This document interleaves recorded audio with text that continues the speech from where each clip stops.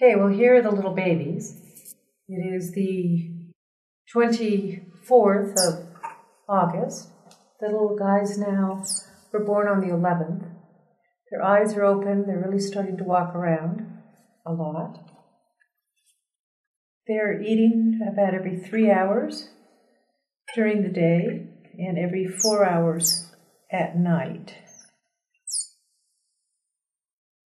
They're starting to get their teeth, so they all cut their lower and upper incisors about 4 days ago, and they're just kind of cutting through more and more. So we think they're sneezing a little bit because of their teeth.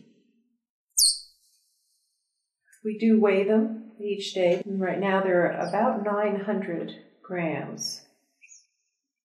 We've kept the room very warm. There's a heating pad underneath.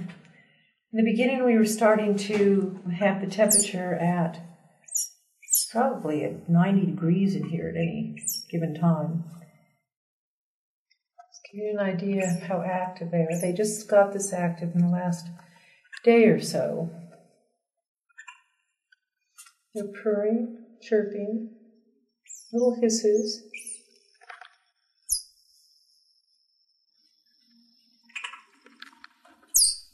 So we got the cubs on the 13th of August. Apparently a farmer had shot the mom and saw some movement inside of the stomach. And with that, decided to cut the female open and found 4 little cubs inside. And then called a friend in Windhoek. The lady came out to the farm and picked them up and took them to her house and started feeding them. The farmer has said he's killed last year about 19 cheetahs. He's got sheep and he just doesn't like cheetahs. And so it was interesting that he saved these. Possibly they can turn him around in the future. The lady is a bed and breakfast in Windhoek and had thought that she could raise 4 little cubs and that it was legal, and if it's not legal, the Ministry of Environment and Tourism doesn't want private people having them, in the middle of a city in particular, and without a permit, and the ministry would oftentimes confiscate them and bring them out to us.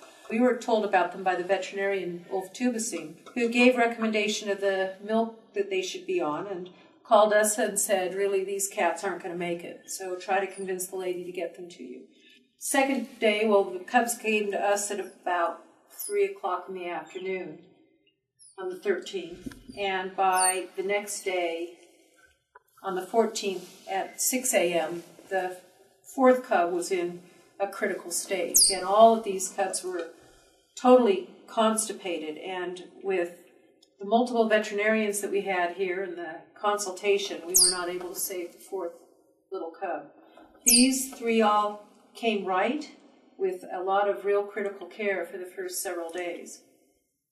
So we feel that we're on the right track at this point, but until you get them onto meat, and they really won't go on to meat until they're about 4, 5 to 6 weeks of age, and we'll be monitoring how they're doing and deciding at which point we'll put them onto meat. So far we're in really good shape, but again, at 2 weeks of age, anything can happen.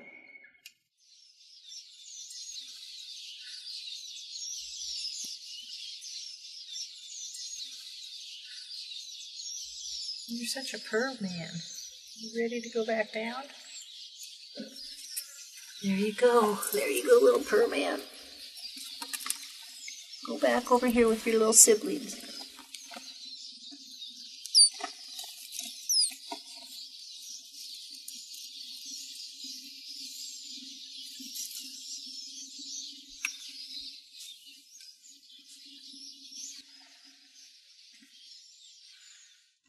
Okay, here we are mixing up the little cub formula. And we've got a powdered mixture, 2 parts of powder and 3 waters. The water is boiled, and of course the baby bottles are also boiled. And that's 50% of the mixture. The other 50% of the mixture has been a mixture which has been used a lot in the southern part of Africa for raising little cubs. The way one mixes it is 250 milliliters of the long life, that means the boxed milk, which is full cream, along with 4 teaspoons of calciba powder, which is baby calcium powder. Then we have 5 teaspoons of fresh cream, 1 egg yolk, 1 teaspoon of Soplamax multivitamins. And then we are using a little bit of Essential on their tongues, a few drops once a week. Oh no, it tastes very vitamin-y, doesn't it? It's good for you though. Okay, that was that. Hello.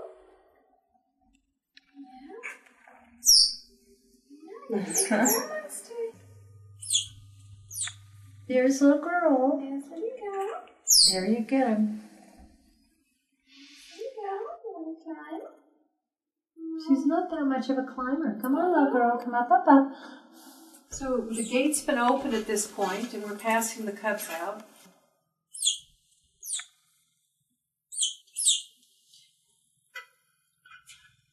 They're purring away, usually. What we try to do is wipe their faces off first when we bring them in, and kind of getting them ready to want to take milk. And then we'll stimulate them to have them urinate prior to taking their first sips of their bottle. The stimulation is extremely important, and this is the area that you always like to talk a little bit about.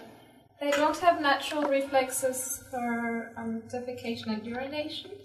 So the way it works in nature is that the mother licks them in their anogenital area, and that way they stimulate the reflexes and the little one will pee and poop.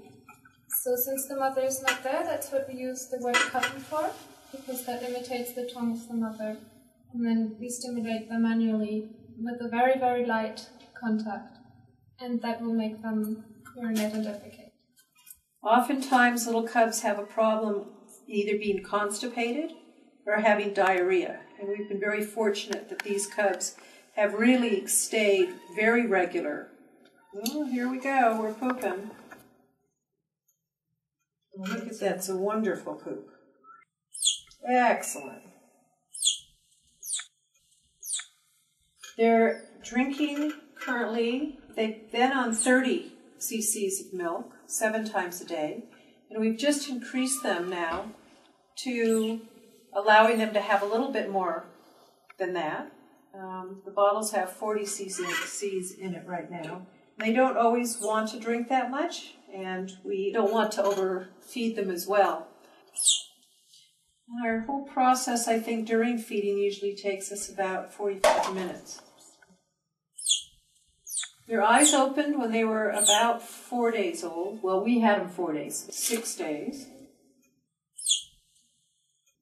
As I said, their upper and lower incisors started coming in about 4 days ago.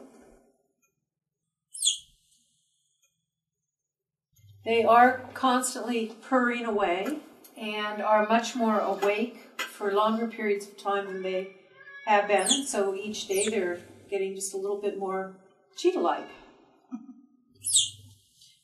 So they're pretty special cubs, and we're all pretty fond of them.